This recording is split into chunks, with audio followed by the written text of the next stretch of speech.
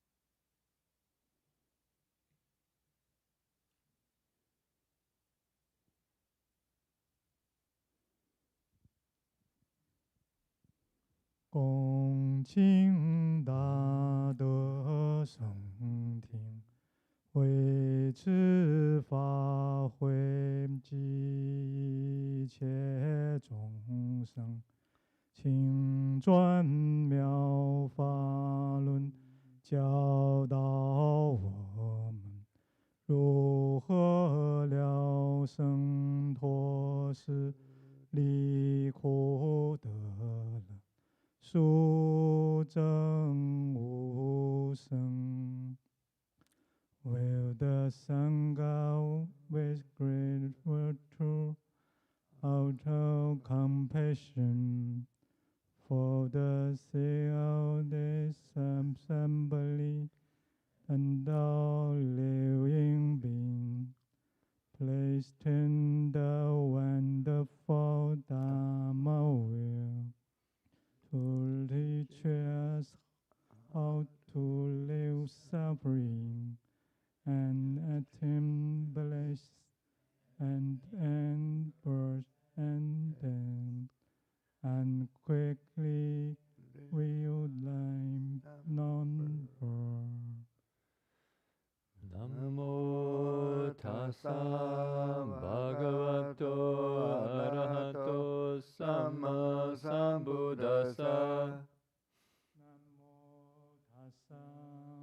Bhagavato Arahato Samma Sambuddhassa. Homage to the blessed, noble, and perfectly enlightened one. Homage to the blessed, noble, and perfectly enlightened one. Namo Sadanto Suchedoye Alahadi Samya Sambuddhoche. Namo Sadanto Suchedoye Alahadi Samya Sambuddhoche. 无上甚深微妙法，百千万劫难遭遇。我今见闻得受持，愿解如来真实义。Supreme and wondrous Dharma, subtle and profound, rarely is encountered, even in billions of eons. But now we see and hear it, and accept it reverently. May we truly understand the Buddha's actual meaning. All Buddhas and Bodhisattvas, Venerable Master, Dharma Masters, and all good and wise friends present and also online, Amitofo. Very happy to be here with you tonight. And what we're usually do to start our lecture is to recite the Buddha's name. 所以我们很快乐的可以跟大家一起来研究无量寿经。我们晚上会来先念佛。So I just wanted to share something that came from being in class today. Oh, somebody said there's no sound. Are we having no sound here? Can people hear us on YouTube? Or Zoom muted? Oh, okay. So does it sound okay now? Okay, great. Okay, appreciate you letting us know. So I had a class today. We were studying the Shrangama Sutra, and one of the lay students was asking about reciting the Buddha's name or discussing her experience with it. Saying that as she recited, there was a lot of other thoughts would enter the heart, enter the mind. And in our conversation, we found that there was one method that is very helpful, is as we recite, we really listen to ourselves recite. We listen to ourselves recite very, very clearly. Na, mo, a, mi, to, fo. And sometimes I find it helpful, as we were studying in the Infinite Life Sutra, is that as we recite Amitabha Buddha's name, we're connecting with Amitabha Buddha's light. His caring wisdom light shines on us. And so we can just sincerely, in our hearts, you could say, request Amitabha Buddha's blessing and make every recitation a very, very sincere, kind of wholehearted recitation. 就像我们在念佛的时候，我们就是一心念佛。有时候念佛的时候，可以很多妄想在心中。所以很好的方式就是听我们自己念佛，每一个南无阿弥陀佛都非常清楚。念诵的时候也可以观想阿弥陀佛的光明就照到我们的身心，我们身心自在。好，那我们来念佛。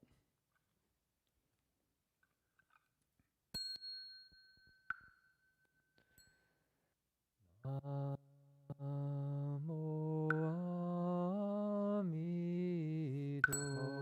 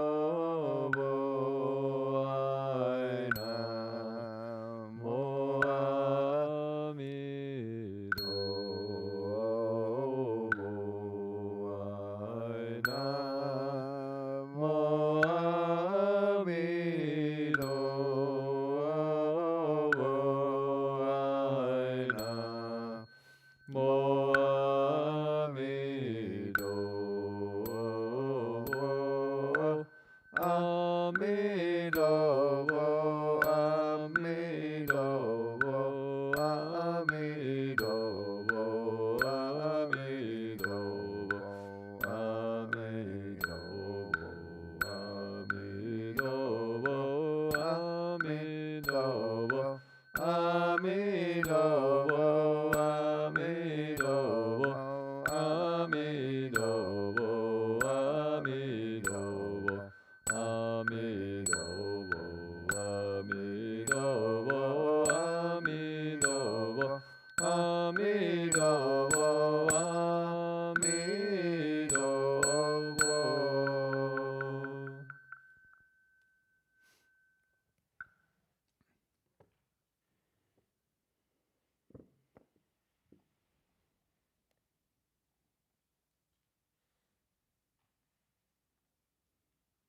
好，好，可以了，可以了。好，那个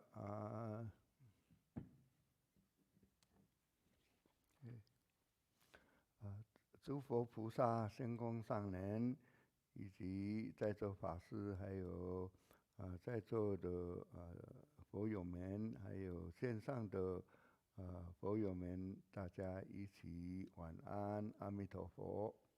All Buddhas and Bodhisattvas, Venerable Master, Dharma Masters present, and all good and wise friends present and online. Good evening, Amitofo. 今天是10月7号晚上7点半，已经多了也。我们在 BBM 这边来继续研究这个佛说无量寿经的这个经文，今天会在62页，62页的中文，然后63页的英文。我们等一下会先把中文读一遍，然后再读英文。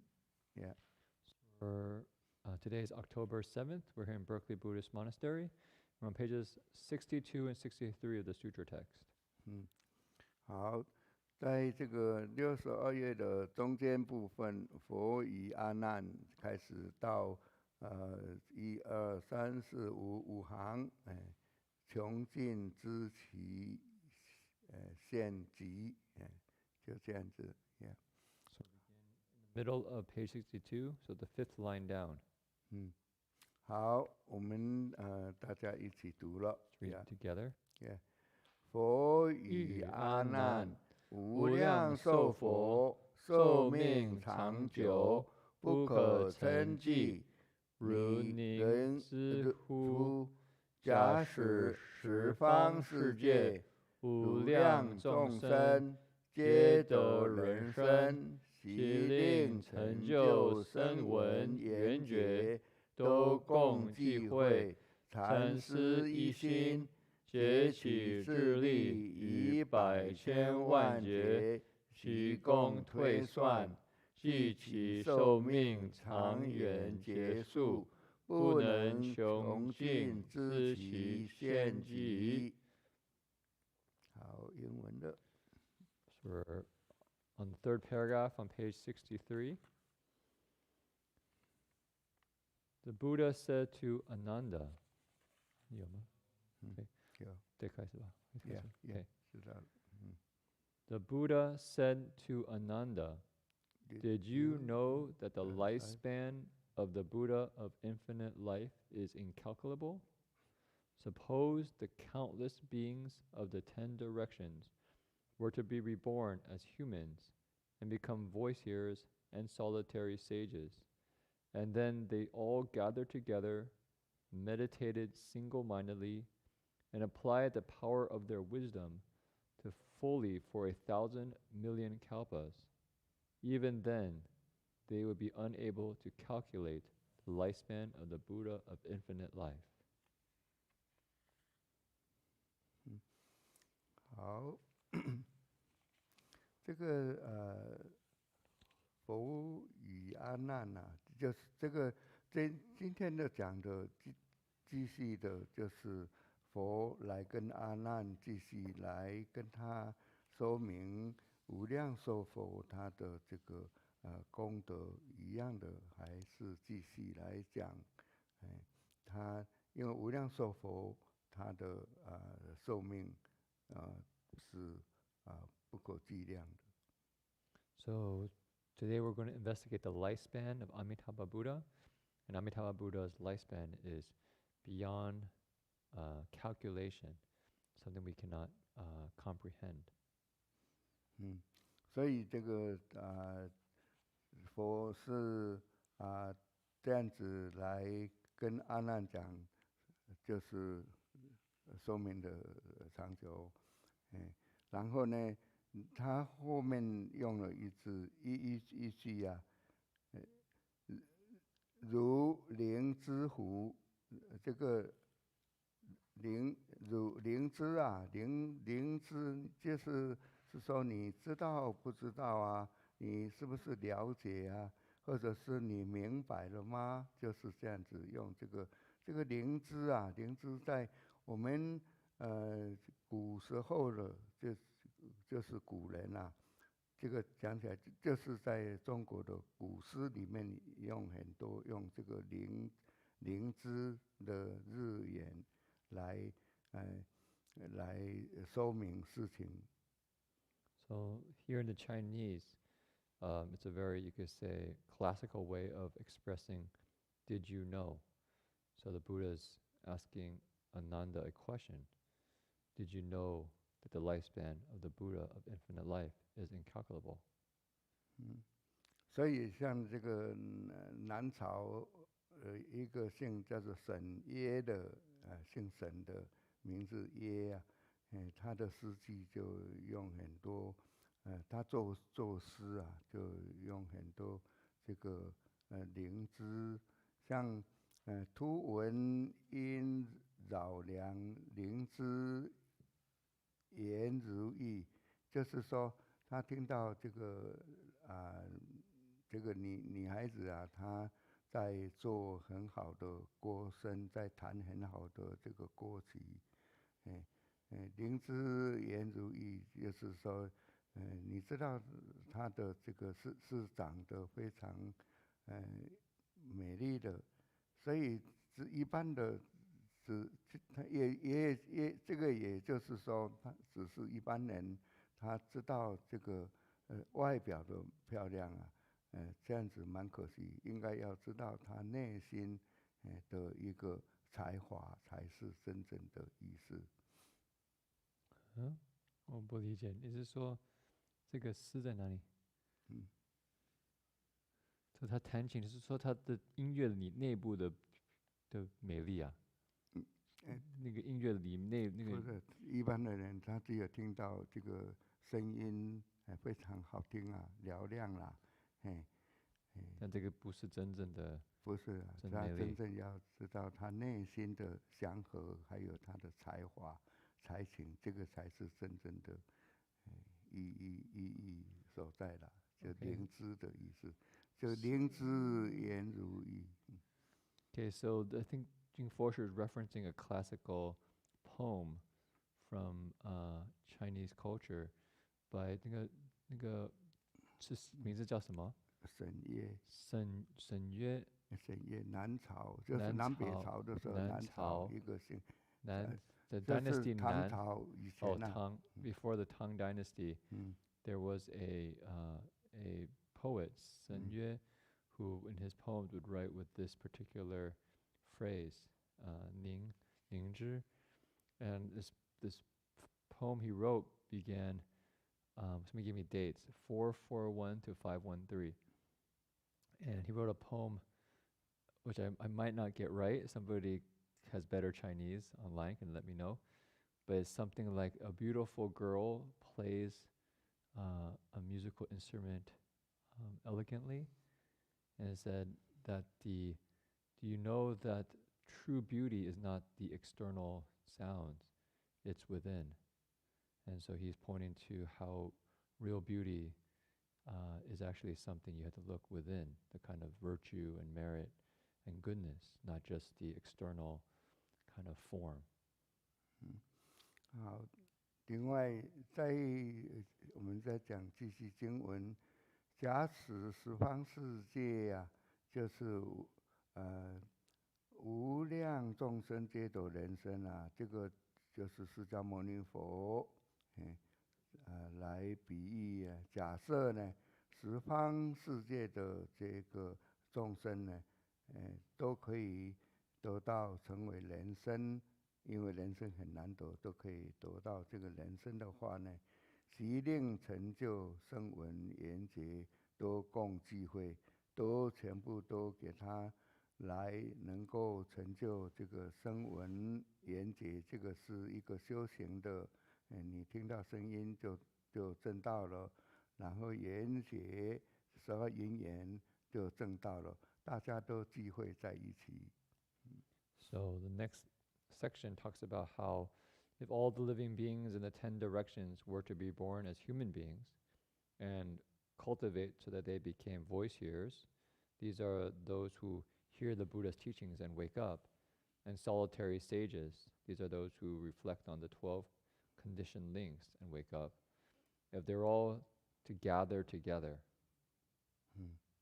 然后经文再继续讲，禅师一心皆起自力啊，就是说他们这些声闻缘觉呢，都聚在一起，然后来入禅定，入禅定啦，一心来就是正思，就是一心来一直在想，然后竭尽每一个人的这个智慧神通的力量，竭其智力入，这个就是然后呢，继续再讲经文啊，百千万劫习共推算，计其生命，寿命，就是说，他们都聚在一起来入定来禅师，这个数量呢，每一个人都是用尽了这个神通的力量来推算这个无量寿佛的这个寿命，也是长远劫数不能穷尽，自取其限，就是说用了这样子长远的这个时间呢，也不能够推算出来。这个就是我们今天的经文重点。So if all these awakened beings were to use their minds and cultivate single-mindedly, meditate, and realize wisdom and spiritual abilities, that they could calculate for billions and billions of kalpas, even then they would be unable to calculate the lifespan of the Buddha of infinite life. 所以这个其实我们以前我们有研究过48大愿啊，这个第13愿，第13愿里面就是说，受我夺佛寿命有限量，下至百千亿哪有他劫者不起正觉，也就是说，他得到他成佛的时候，这个这个寿命啊，阿弥陀佛的这个寿命啊，它是没有限量的。So if we go back to when we said the 48 vows of Amitabha Buddha, Amitabha Buddha's 13th vow. 第13页，对。So it says, if living beings in my land have lifespans that have a limit, that is 下至百千亿哪有他劫者不取正觉。就是说，一直有计算有。Even if you calculate for a long, long time, and you could calculate it, 能够计算出来，他就不觉。If that's the case, then I will not become a Buddha. I will not realize complete awakening. 当然，他已经成佛，就表示说是计算不出来的嘛。So now that Amitabha Buddha is a Buddha, it means that he, you cannot calculate his the lifespan of the beings in his land. Well, somebody help translate it clearly. When I become a Buddha, if my lifespan has a limit and cannot extend for at least hundreds of thousands of millions of yutas of eons, I will not realize perfect awakening. Yeah. 好，这个就是今天的经文重点。那在上星期呢，上星期四呢，我们有介绍过阿弥陀佛，他前身的当转轮圣王的时候，有4位太子嘛，我们讲过，第一位就是观世音菩萨大太子，第2位就是大势至菩萨二太子，然后第3位文殊师利菩萨三太子，第4位普贤菩萨，就是这个4太子。所以我们上一次我们有提到这个大太子跟二太子，那今天我们来介绍一下三太子文殊师利菩萨。So before last week we talked about Amitabha Buddha, who had 4 princes in a previous life. And the first prince is Guanyin Bodhisattva, the second is Great Strength Bodhisattva, the third is Manjushri Bodhisattva, and the fourth is Samantabhadra Bodhisattva. So the question is, we haven't investigated Manjushri yet, so we will study Manjushri Bodhisattva. Yeah. 这个文殊师利菩萨呢，其实他又我们是称为妙吉祥，也是称为他妙德。他其实他是已经成佛以前呢，他是成佛再来的人。So his name 再来的菩萨 ，yeah. 妙吉祥, which means wondrous auspiciousness, or 妙德, which is wondrous virtue. And in fact, he's already become a Buddha in the past. 他这个他是生在这个守卫国多罗季洛，就是一个部落啊，一个婆罗门的家。然后生出来的时候呢，他从母亲的右血生出来，然后身体都是呈紫金色的，金色的。然后他生下来以后呢，他就能够说话。So he was born in Shravasti in India to a Brahmin family. When he was born, he came from the right side of his mother, and his body was the color of golden purple. 所以他能够说话，然后他就去佛陀那里出家，然后所以在这个文殊涅盘经里面的首楞严经三昧里面讲，他是过去无量阿僧祇劫南方世界的一个佛号，叫做龙种上如来。龙种上如来，他就是以前的一个佛。So in one of the sutras, it talks about how Manjushri Bodhisattva used to be a Buddha in the southern land, and his name was Mingyue Pingdeng Fo Hao Long. Let me say the Buddha of equanimity with the name 龙种上如 this is 来。dragon of various supreme Tathagata. So maybe a dragon of various kinds of excellence, maybe. Tathagata. 然后呢，在这个央觉经里面也讲，就是现在的北方常喜世界呢，那个欢喜藏摩尼宝积佛就是文殊师利菩萨。So another sutra talks about how in the current northern land, in the country of constant joy, he is a Buddha named Joyful Treasury Money Treasure Gathering. So he's a Buddha named Joyful Treasury money treasure gathering Buddha. 也，那这个文殊师利菩萨呢，他修行呢，他都有得到像观佛三昧经，观佛三昧，他得到观佛三昧，他也得到百万亿念佛三昧，还有他也得到首楞严三昧，这个他都是他用功修行得来的。Oh, okay. So it says that he's realized the samadhi of being mindful of the Buddha.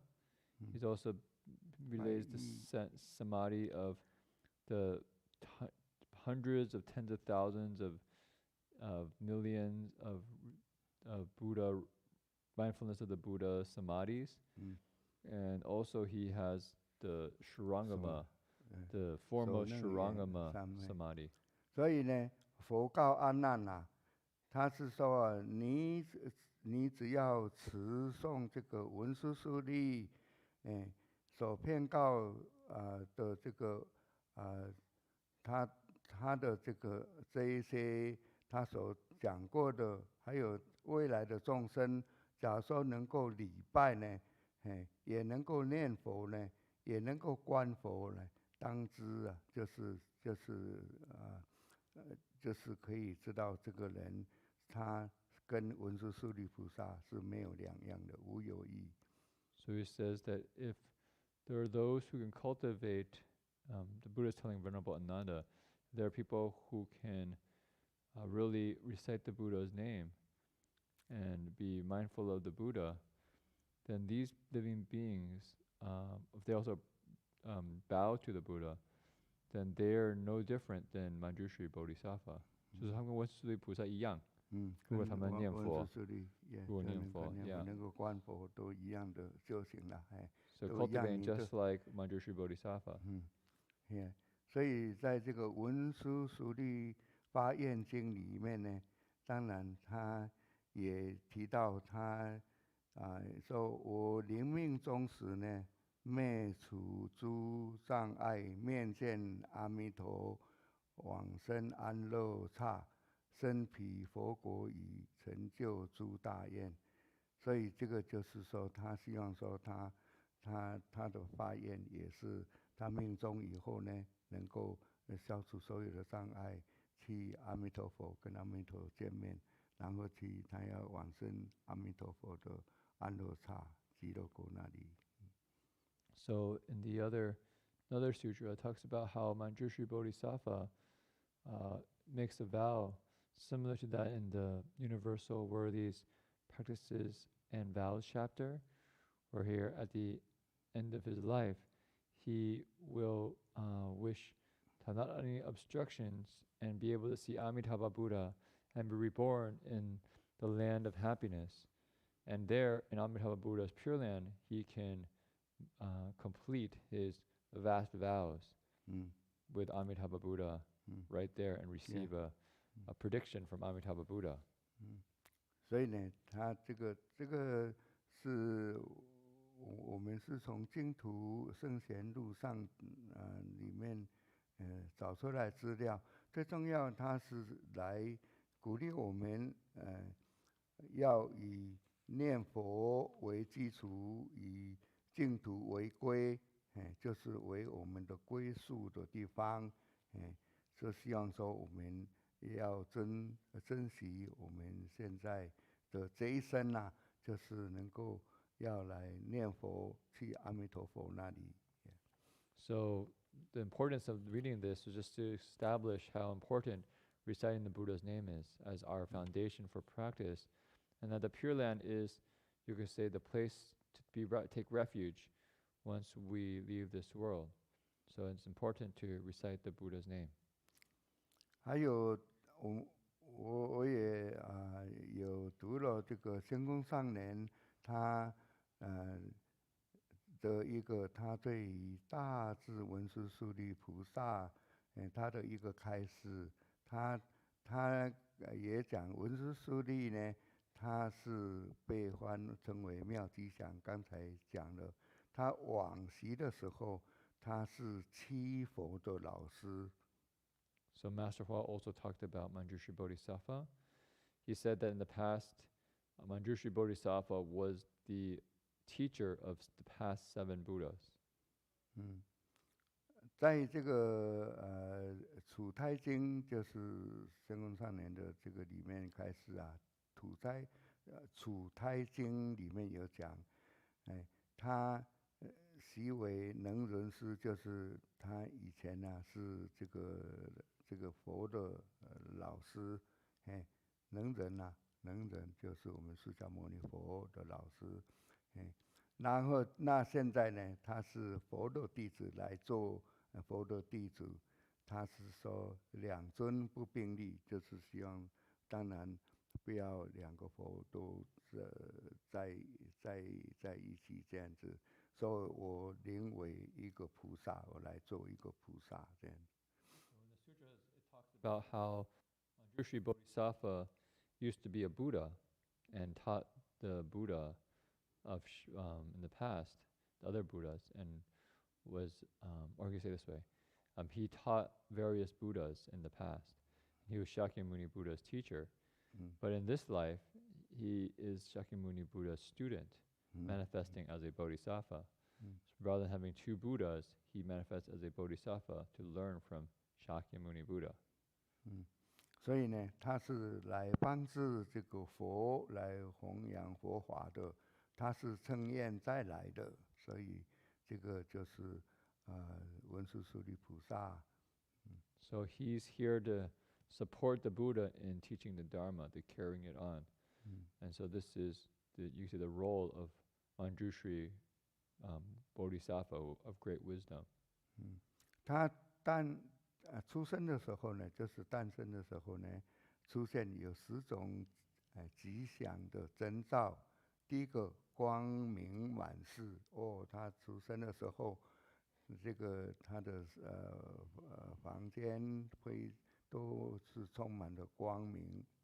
So when he was born, there were 10 auspicious signs. So first was the room was completely filled with radiance. 然后呢，甘露盈庭，它就是甘露啊，就是非常算甘露水啊，这些甘露这些是很好的东西的，都是满庭院，就是它的庭院都是充满的。然后第3个呢，地涌七珍，就是地上涌出来七个珍宝。So the second was sweet dew. We say came down and filled the courtyards, and the ground produced the 7 treasures. 第4个神开福场，就是说就是福场的神呢就打开来，然后第5个鸡生凤子，这个鸡呢。就是我们一般的鸡呢，它也就是生了这个凤凰的这个鸡子。So the treasures in the earth were revealed, and the chickens gave birth to phoenixes. 然后第6个呢，猪眼龙珠，就是说这个一般的猪呢也生下来，这个像龙的这个。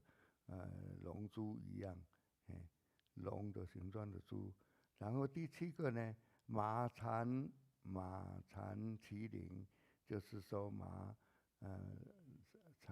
生产了这个麒麟就是非常珍贵的。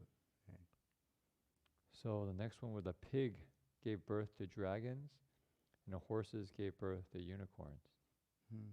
然后第8个呢，牛生白泽，就是牛它生了这个整个白色的这个牛，然后9昌变金利，就是说一般的仓田啊，都变成金色的这个稻粒的米粒。So I think I mentioned the horses gave birth to unicorns, the cows gave birth to white zai, which is some kind of auspicious animal. The grains in the granaries turned to gold. 然后第10个呢，就是象祭6羊，就这个大象出来都有个6个象牙，所以称为妙吉祥。So the elephant's 6 tusks appeared. So this is why he's wondrously auspicious. 然后呢，这个文殊师利菩萨呢，他是驾着青狮，就是青色的狮子，青狮那边是应该是青狮。Yeah, you see we have Manjushri Bodhisattva over there. He rides a blue lion. 然后这个表示呢，他非常的威猛。This represents his courageous spirit. 然后他拿着宝剑，持宝剑呢，表示智慧。His precious sword represents wisdom. Yeah， 所以呢，最重要就是说，我们都是要注重这个般若智慧第一，所以这个就是文殊师利菩萨所重视的。So we here represent that Prajna Paramita is number 1. We want to respect Prajna Paramita. 然后呢，他是在佛的左边，右边是普贤菩萨，所以称为法眼三圣。So he stands to the left of the Buddha, and Samantabhadra Bodhisattva is to the right of the Buddha, and these two are the Avatamsaka sages. So 华严啊？华严。Yeah, Avatamsaka sages. Yeah， 华严三圣。我们上次介绍西方三圣，那今天我们也讲了华严三圣了。So before we talked about the sages of the Western Pure Land, today we're talking about the 3 sages of Avatamsaka. 所以呢，而且另外一个很重要的就是说，他启发了这个3代童子去参究善知识，这个就是他童子把3代童子叫他去参访善知识的。So he also was the one who sent Sudana on his journey to meet many good and wise advisors. 然后呢，他还教化这个龙女，8岁成佛，来教化这个龙女。So he also taught the dragon girl in the Lotus Sutra, who became a Buddha at 8 years old. 另外一个就是他领导阿难尊者在铁围山结集大乘经典。He also taught Ananda. 领导什么东西？领导阿难尊者在铁围山结集大乘。So he helped Venerable Ananda help him gather all the sutras, the Tripitaka, that we can study it in the, he says 铁围山 in the Iron Ring Mountain. 然后呢，他又还有来受这个摩腾及南竺法兰2圣真来震旦来中国这边，就是说这个印度的2位真人来中国的时候呢，他问这个有没有人圣人现在计划有没有圣人现在居住在这个我们目前的这个娑婆世界啦。然后这个答说他跟他说这个清凉山就是文殊师利菩萨所居住的地方。I don't understand. 你是说印度的人来问有没有圣人在中国啊？ I think this is a story where 2 sages asked from India asked, "Are there any sages in China?" And the response was, "There is a Manjushri Bodhisattva on one of the mountains, and on pure and clear mountain, Manjushri Bodhisattva lives there." 这个就是清凉山嘛，我们四大山呐、四大名山嘛，对，五台山是文殊师利菩萨，清凉山是文殊。五台对不对？五台就是清凉山。Yeah, so this is a different name for the Wutai Mountain is Qingliang Mountain. 我们晚课那个打钟的时候对有所以呢，这个就是仙公上人他提出来的。另外呢，我们来讲一个讲一个就是像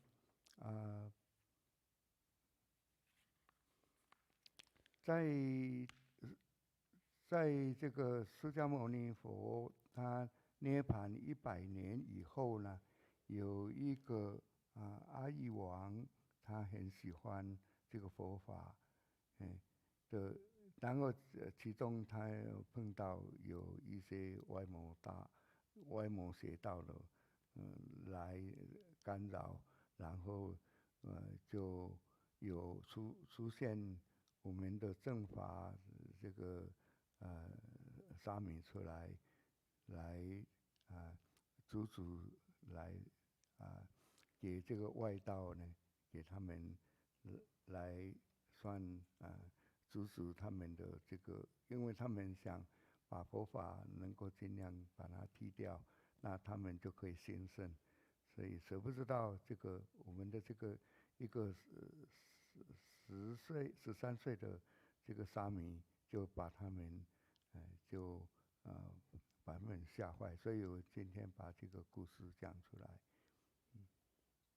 So Jingfosher has a story during the time of King Ashoka when the Dharma was being challenged by many other religions that wanted to take over.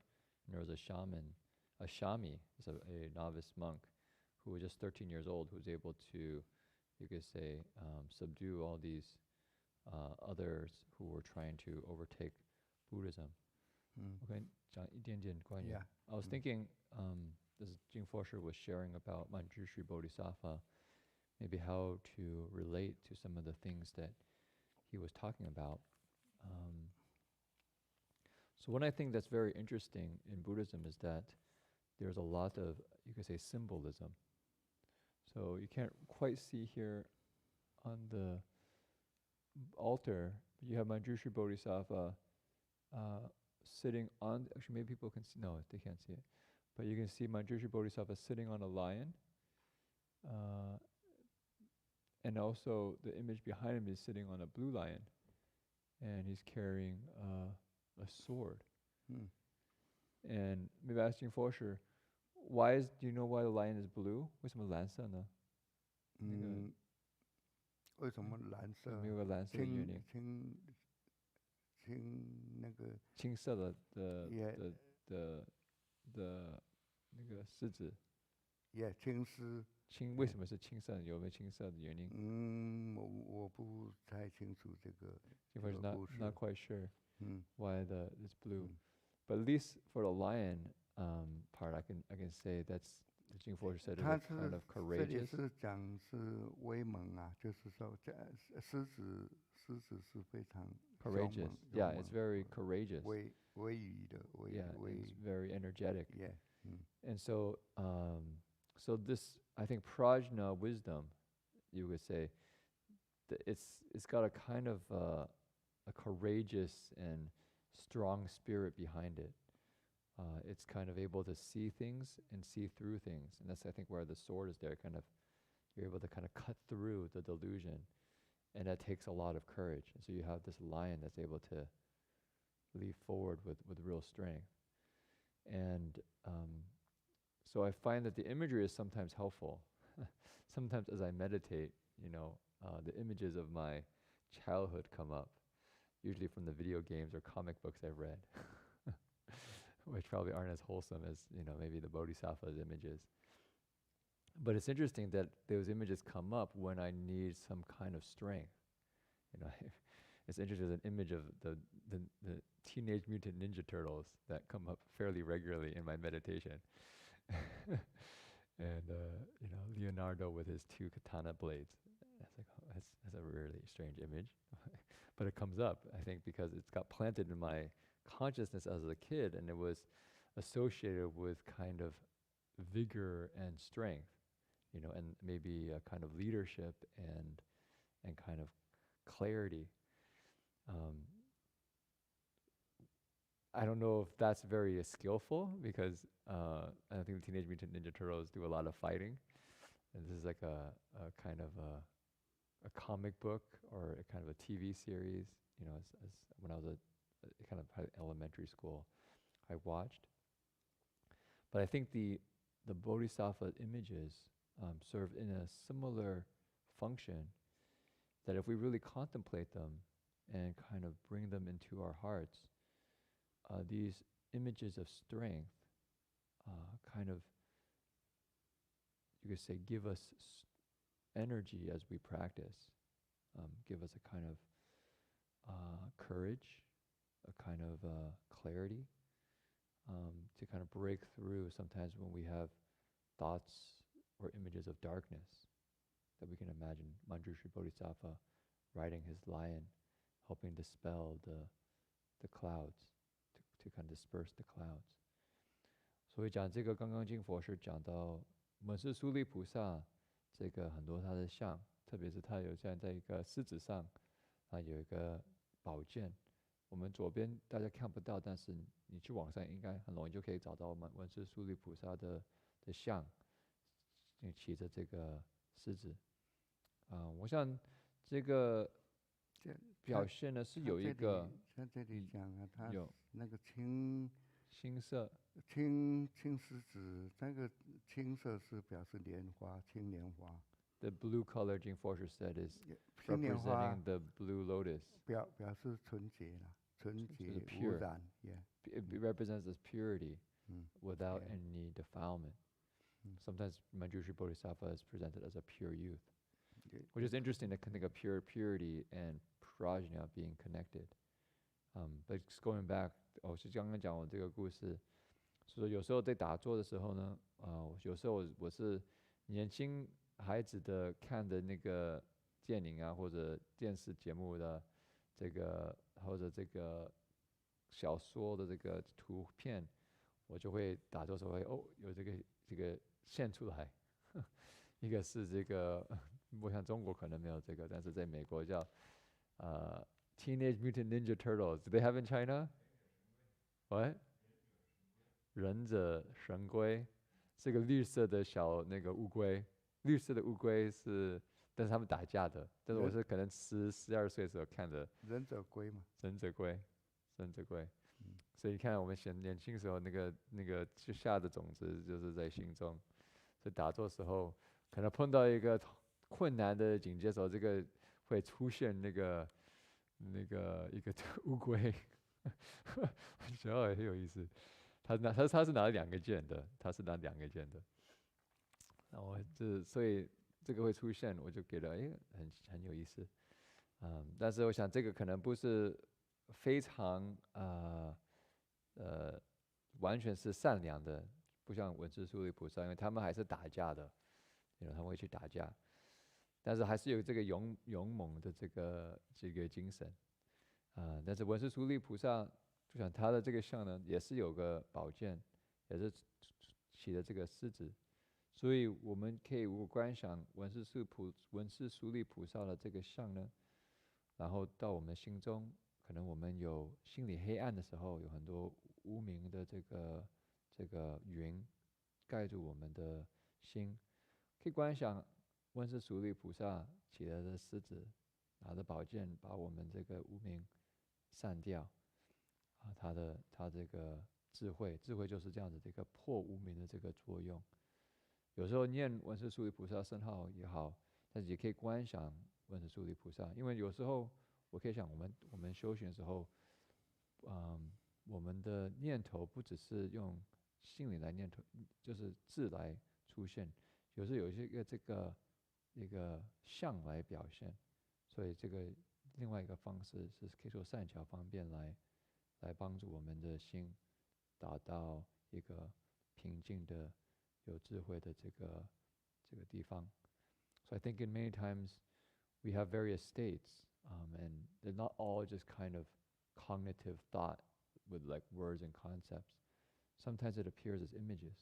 We have images of kind of fear or depression or confusion, and the images of the bodhisattvas brings a kind of light, brings a kind of clarity, kind of disperses the darkness. And so, just to share, it's definitely worth the time just to spend some time reflecting all the bodhisattva images and imprinting that into our hearts. 好，这里有一个故事。OK， 好，对，这个佛菩萨，你观想佛菩萨都因为像阿弥陀佛，他是清净无量寿无量光，所以当然这个也都有非常好的。这个刚才金禅师讲，这个你有什么不好的，他用智慧剑就把你挖掉了，这个都是有作用的，这个都很好。好，我们这个再来继续来讲刚才阿育王的一个爱，因为他是阿育王，他是非常护持佛法的。他那时候呢，他的国家呢有2万个比丘。So this story begins with King Ashoka. He has 20,000 bhikshus.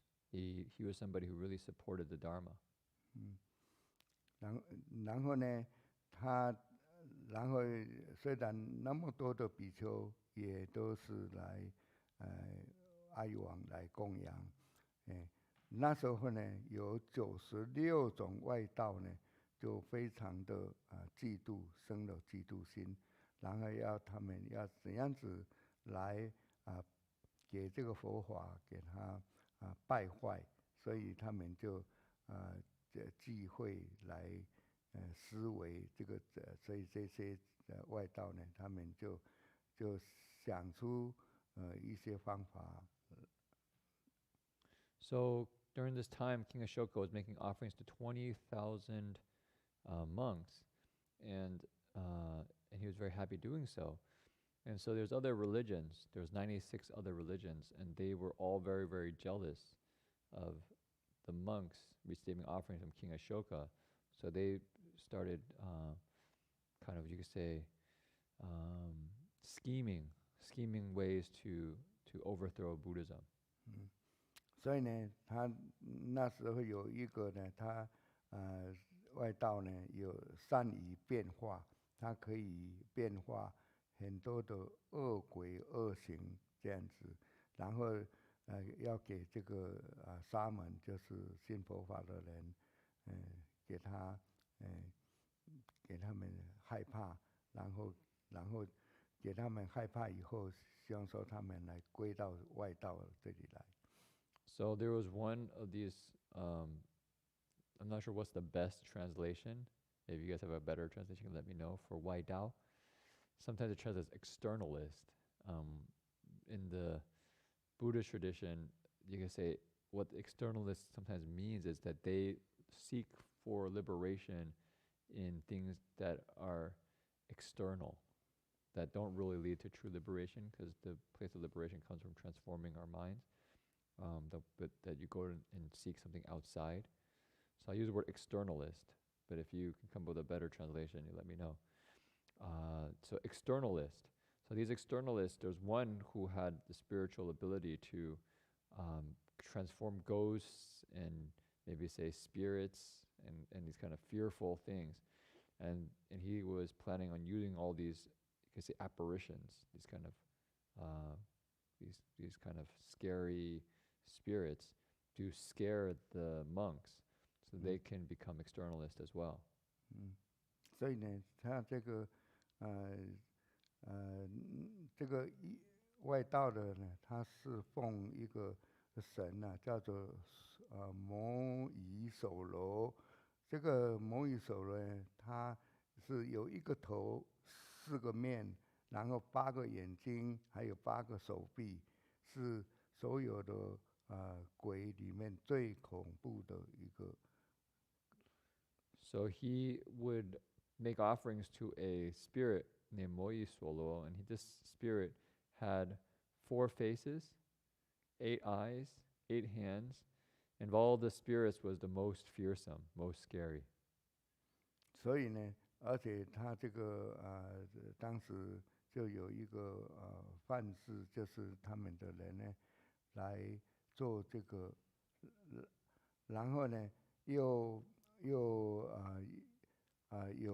就像这个丑鬼呢，这个就很恐怕的鬼呢，他又把它变成了200多个这个可怕的鬼，在国中里面，再就是在阿育王国里面，给大家来害怕，所以呢，他们也有一天他们就来到这个国王的这个宫前殿宫门前面。这个鬼啊。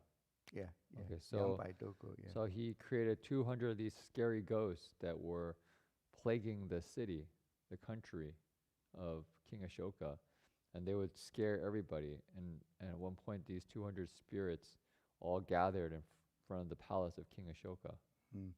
然后这个所以当时的这个男女都非常的害怕。那这个王呢，这个阿育王也出来迎见这个大恐怖鬼，然后就问他说：“你是有什么要你做这样子是有什么需要的？”那鬼说：“我要来吃人。” So everyone was completely scared, were really, really frightened. And so the ghosts came to King Ashoka's palace, and King Ashoka came out and met with the ghosts and said, "What do you want? What do you want from us?" And he said, "I want to eat human beings." 那国王说：“不可，这样子是不可以的。”那这个国王就想说：“你爱惜人民啊，这个国中的这个没有益处的人啊，你给我来吃。”没有好处的人。你说阿育王说不能啊，对不对？不能啊，不King 能吃 Ashoka 啊。says no, you can't. 然后这 And 个 then 鬼 the 说啊， spirit says, "You give me those who do not contribute at all to the country, and 这个 I can eat those people." 然后说我们国家没有这种人。King Ashoka says, "We don't have anyone like that who doesn't benefit the country." 那这个鬼说啊，像这个沙门这些呢，他又不耕田不做田，然后又不去当兵去打仗，然后所以这样子呢不属于国王的。So this ghost said, "Oh, how about all those monks? The monks, they don't plow the fields. They don't serve as soldiers. They don't do all the things in the world to help the country. So they're not considered in your country. So they don't have any use." 所以这些没有用处的这些monk呢，你就给我吃了吧，就这样子。So he says, "These useless monks, have me eat them." 然后这时候国王他心里就非常的不快乐，因为这根本就不是这样回事，所以呢，不得已呢，他那时候这个国王他也只有派遣去祈返，就是派遣去佛陀那里的地方来把这个消息告诉这些出家中的这个事情。是佛陀在世的还是走了？祈返就是佛陀的地方啊，就佛陀以前的。Okay, so he sent so he was really unhappy about this. But he sent somebody to you could say the Buddhist monastery to ask for help. 然后呢，这个当时的当然已经释迦牟尼佛已经涅槃100多年了嘛，所以那时候因为他有供养2万的比丘呢，然后这个2万的比丘呢，他其中里面呢有一个最小的沙弥，13岁，他名字叫做端正。So the Buddha's already entered nirvana for 100 years, and so the King Ashoka sent himself to the monastery. It wasn't to see the Buddha, but there were many monks. He made offerings to 20,000 monks. And so among these monks, there was one, the youngest one was a little Shami, who was 13 years old, named kind of proper appearance, or kind of well formed.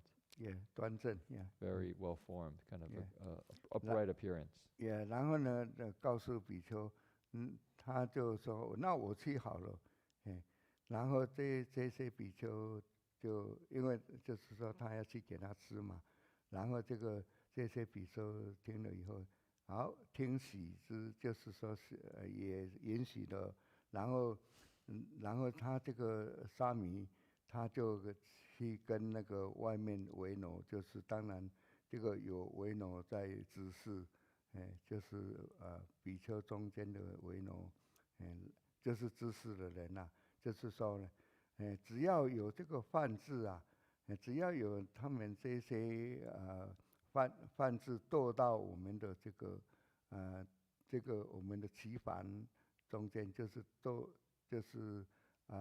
只要有梵字，就是那些扮演鬼的人的那些人啊，因为他们也有很多人的，也有算万人的，这些的他们的信仰那些人的，只要他们有因为他要出去做这个沙弥，他要出去做法，然后他们会就是把他们抓来，在我们的我们的这个队伍里面，就是我们的自己的这个佛教的里面呢，你抓来以后呢，就把他剃头，不要给他逃脱掉。我不了解你说什么，我听懂吗？我听不懂你刚才讲的，你是说？就是说他交代了，他交代维诺斯了，沙弥交代维诺。我一步一步了。So this 13-year-old Shami, okay, the 13-year-old Shami was going to leave to go get eaten by this monstrous spirit, and so as he was going out, all the other monks, he asked for permission. The monks said, okay, yeah, you can go get eaten. Okay, so the Shami goes out and he talks to the kind of the leader, the Weno, kind of the one in charge, and tells him, I don't quite understand what he's telling him. That 就是有那些别的宗教来，不是有些外道的那些人呢，只要他因为他要出去做那个沙弥，他要出去。等一下后面还有故事。So the Shami is going to go out to do something. So if any of these external religions come in, 你就把他们剃头。So you just shave all their heads and don't let them run away. You shave their heads and don't let them run away. So the setup is the Shami is leaving, and he says that any other religions come, you shave their heads and don't let them leave.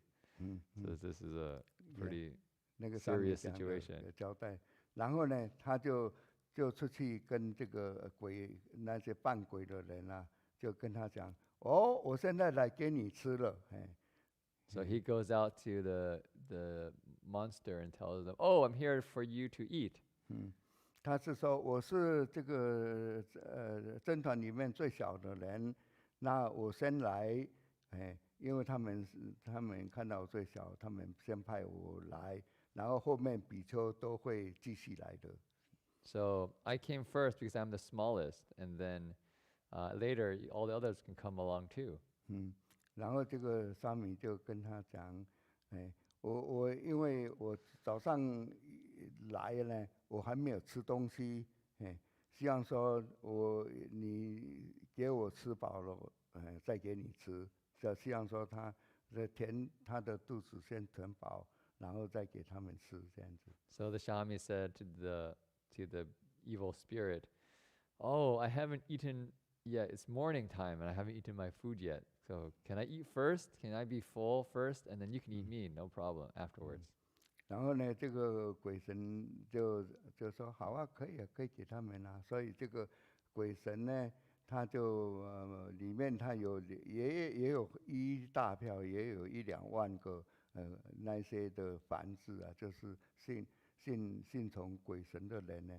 然后这个国王啊，阿育王他就命这个大慈赶快来做给这个给这个沙弥吃这样子。So these spirits have 120,000 followers as well, and so they could make some offerings. And King Ashoka told the cook, yeah, make some food for the Shami to eat. 所以呢，他这个时候沙弥呢，他就把这些外道的2万多人的食物全部都放在口中，然后吃完它。So he took all the food from the 20,000 people's offerings and ate all of it. 然后他这个他也后来他用他的神足啊，就是他有神足通啊，他就飞到这个算出家，就是那些佛教的出家的地方，那里去。So he used his spiritual powers. He had one that was called the fulfillment of all of the spiritual powers, and he flew over all the places where the monks were. 然后呢，他后来他又拿这个2万的这个2万的这个饭字的，又把它吞下去。他把它就是沙弥啊，就是又把这些2万多份的这个凡字的饭呢，也把它吞下去，然后送到这个齐梵那里，就是佛教的地方去。他就吃了哪个地方的食物啊？就他吃完那个2万人供养的，他都带去那个佛教的那个庙里面。So he took all the 20,000. He ate the food, and somehow he got the food also to bring it over to the Buddhist monastery. 没有，他也把这些2万的，就是比丘的食物也吃了。不，比丘的不是比丘的，他吃了这些食物以后，又吃了2万的这个凡字啊，把这些人也全部把它吃到。他吃那个人也吃了。Yeah. Okay. So he not only ate the 20,000 offering of food from these people, he ate the people as well. 然后他们就吃完就到那个庙里面了。对，他们就是吃了以后，他们就又全部都把它他又会回去那个庙里面，这个佛教的庙里面吐出来，所以就全部就把他们剃头了。So he ate them all, and then he spit them all out at the Buddhist monastery. So they all got their head shaven. So the 20,000 other religious believers got eaten and then spit it out at the monastery. Yeah, 所以他们就这样子，这时候这个这就是做鬼神的这些看了以后，太恐怖了，这个这样子就把他们的人都变成佛弟子了，所以这个又把他们剃头了，哇，这样子太恐怖了，他们就马上就变成说，非常的算谢过来谢罪了，跟这个小沙弥谢罪。So the monsters saw this happen and thought, wow, this is just too scary. This little Shami eat all the people and then spit them out, and they all now become Buddhist monks. This is really too frightening. So they repented before the Shami and said, we're sorry. 其实这些2万多人呢，他们去把他们剃头以后，也给他们说经说法，然后这些人也都是得到这个阿罗汉果。So these 20,000 people who all got their head shaven were taught the sutras and the Dharma, and they actually all realized arhatship. 所以呢，这时候的这个算阿育王国的人民呢，大家都非常喜欢，非常的欢喜，他们得福又得救了这样子。So all the people in King Ashoka's kingdom were extremely happy because they were saved. 那这时候的这个国王他想啊，你看一个小沙弥，他就能够感动的这样子的事情，何况是这个这些比丘们呢，是不可以想象的，是不可以这料想得到的。小沙弥就能够这样子做到，所以他们都所有的国王啊，大家都发无上真正的道义，所以那时候的佛法就是一直来兴盛，来不会消灭这个佛法。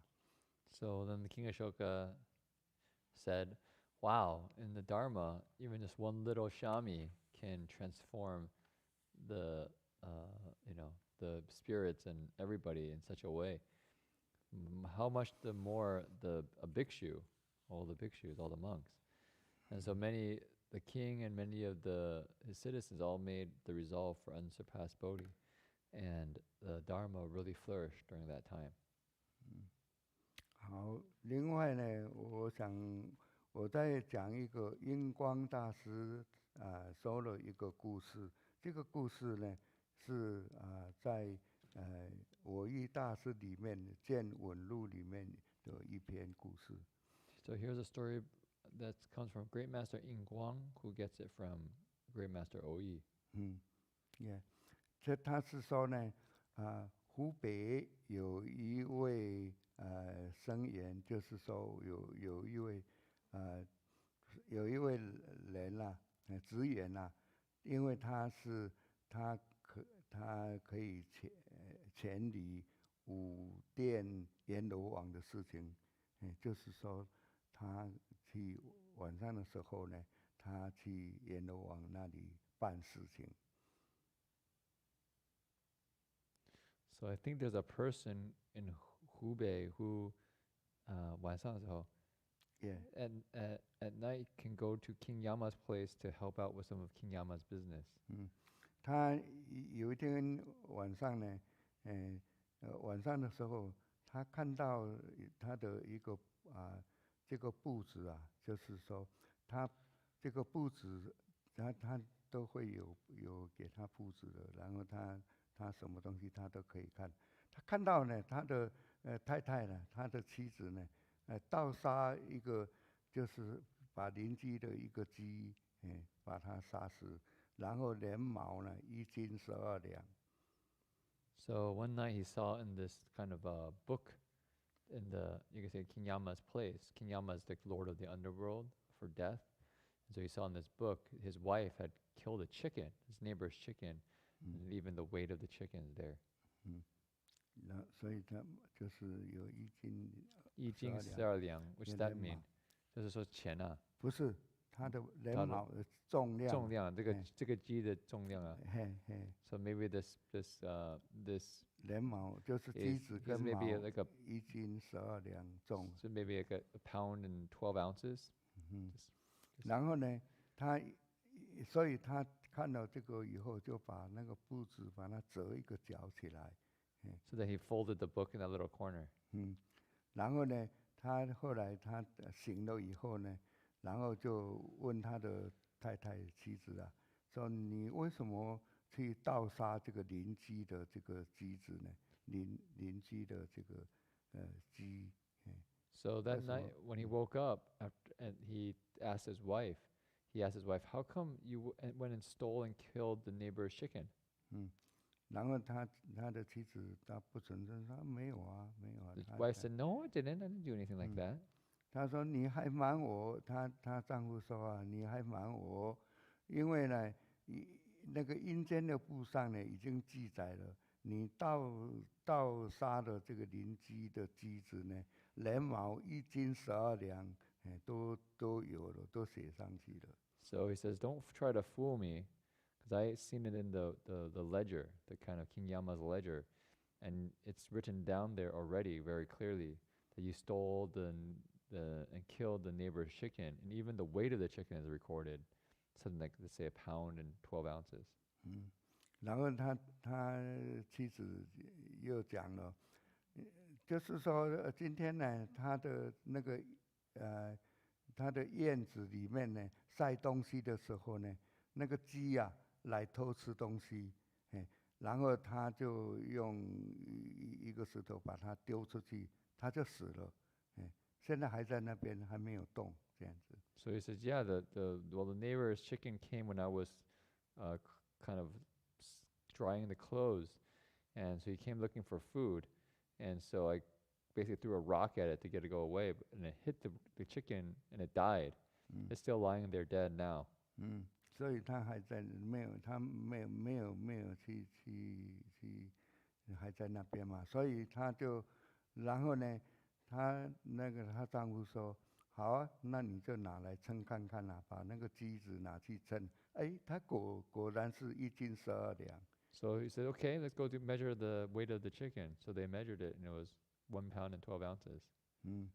然后呢，她这个丈夫就跟她说，你拿这个鸡子呢，然后去换算啊，这个钱啊，来去还人家，这样子的事情呢，然后就这个是他们也做了以后呢，然后那个到晚上他因为他又去武殿阎罗王那里办事，他就看这个簿子里面的这个折角还在，但是一个字都没有了，全部都清除掉了。So then him and his wife went to the neighbor and repaid the money for the chicken. And later, when he went back to King Yama's place, he looked inside and looked at the page that he had kind of pulled down a corner with his wife's name on it, and he looked at it and it's completely blank. The book was completely blank. So, 所以我想说这个是算阴间犯错呢，我们在阳间啊，阳间像所谓阳间就是我们现在这个世间上你犯错呢，然后阴间上都有记录的，所以这个是我们修行人一定要特别注意。你做什么事情，阴司里面都会有记载的，骗不了人的。So this story talks about how in our world, the yang world, everything we do is recorded, so it's in the books, and so we have to be very, very careful of what we do, because everything is, you could say, recorded. Nothing is kept hidden. 而且最重要呢，这个故事的精神也是说，我们做错的事情，最重要认错，然后呢要能够改，这样子就可以把事情把它算能够圆满，不会再一错再错，这样子的事情。所以这个最重要，知错能改，善莫大焉，这个是最好的一个事情。So the other lesson here is that if we make a mistake, we want to admit the mistake and really change for the better. This is very important. We don't want to keep making the same mistake over and over again. Rather, we want to really change ourselves for the better, and this is truly a good deed, a good thing to do. Maybe I just want to share a little bit, just reflecting on Jing Fosher's story about the little Shami and the evil ghost, and the little Shami eating all the externalists and then spitting them out the monastery. I guess that's one way to make more monks. Maybe we can send one of the monks out to go and eat people, come back to the monastery. Well, I mean, I don't know what to make of the story exactly, but I think there's some interesting, just you could say, principles in it that we can kind of look at, which is, if we were to look at the the evil spirits as kind of afflictions, the kind of the things that cause us a lot of fear in our lives, and the kind of all the you could say externalists is the conditions that create all the fears that we have and the afflictions that we have. If we use the Dharma can actually eat up all those conditions and transform them into Dharma masters, into cultivators. And so I think what you see in the Dharma is this kind of ongoing theme where the stories don't end with kind of, you could say, one group decimating or killing another group. Usually in the stories, there's a process of transformation that happens. And, this story is probably not so interfaith friendly because there's a kind of conversion of another faith or something. But I think if you were to take it kind of more metaphorically, in the sense that as we cultivate, there's oftentimes obstacles that arise in the practice that are very scary. And what do we do about them? And one way is to give in, to say, okay, I'm going to get eaten up by these afflictions, and just give in. Or if you look at another way in this story is, can you eat up the conditions that create these afflictions and transform into the Dharma? So this is something to reflect on. I thought it's an interesting story. Interesting story. I try to make sense of what the portion was saying. Like, what's going on? Did he eat all the people? Okay, yeah. So yeah. So, 其实我想，其实有很多的这个比丘都是再来人了，他不是真的是小沙弥的，当然我是刚才讲的小沙弥啊，他不是的，他他很早他就是已经修成道，然后再来的。So a lot of these, yeah, 有这样子的。A lot of these monks are, you could say, transformation bodies of previous cultivators. So this little Shami was probably not just a little Shami, but many years of cultivation and practice. So why he had all these abilities. And so this is, you could say, this is the kind of story, I guess. Okay? 好，我们回向功德了。还有什么吗？没有什么事情了。Any questions? I don't know if there's any questions here. No? 好吧，那我们可以回向功德。Okay. So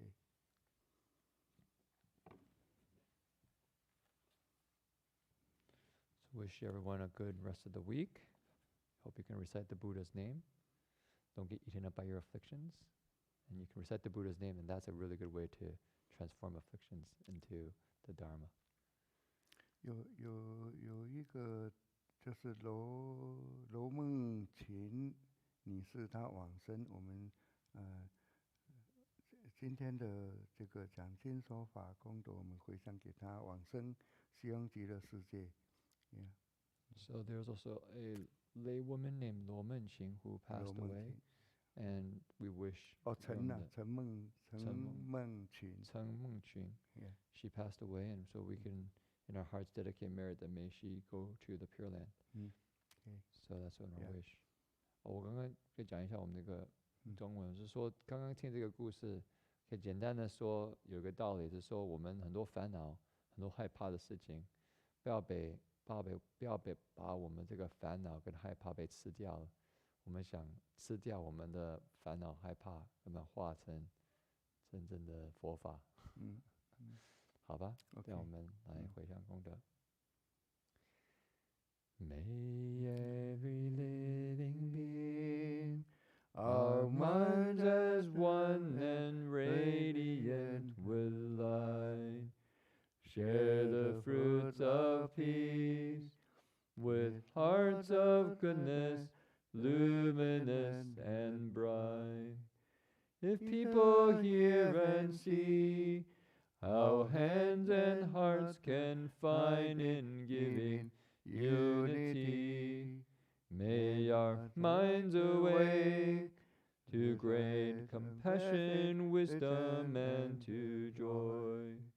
May kindness find reward. May all who sorrow leave their grief and pain. May this boundless light dispel the darkness of our endless night. Because our hearts are one, this world of pain turns into paradise.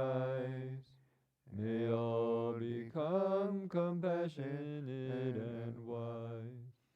May all become compassionate and wise.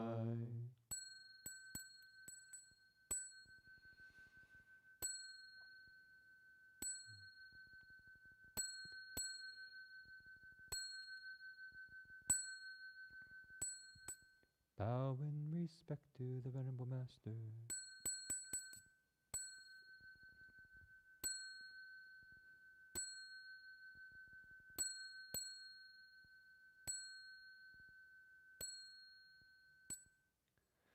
Okay, so wish everyone a good rest of the evening and also the rest of the week, and hope to see you for our next lecture on the Infinite Life Sutra, same time, same channel. Amitofo. Amitabha.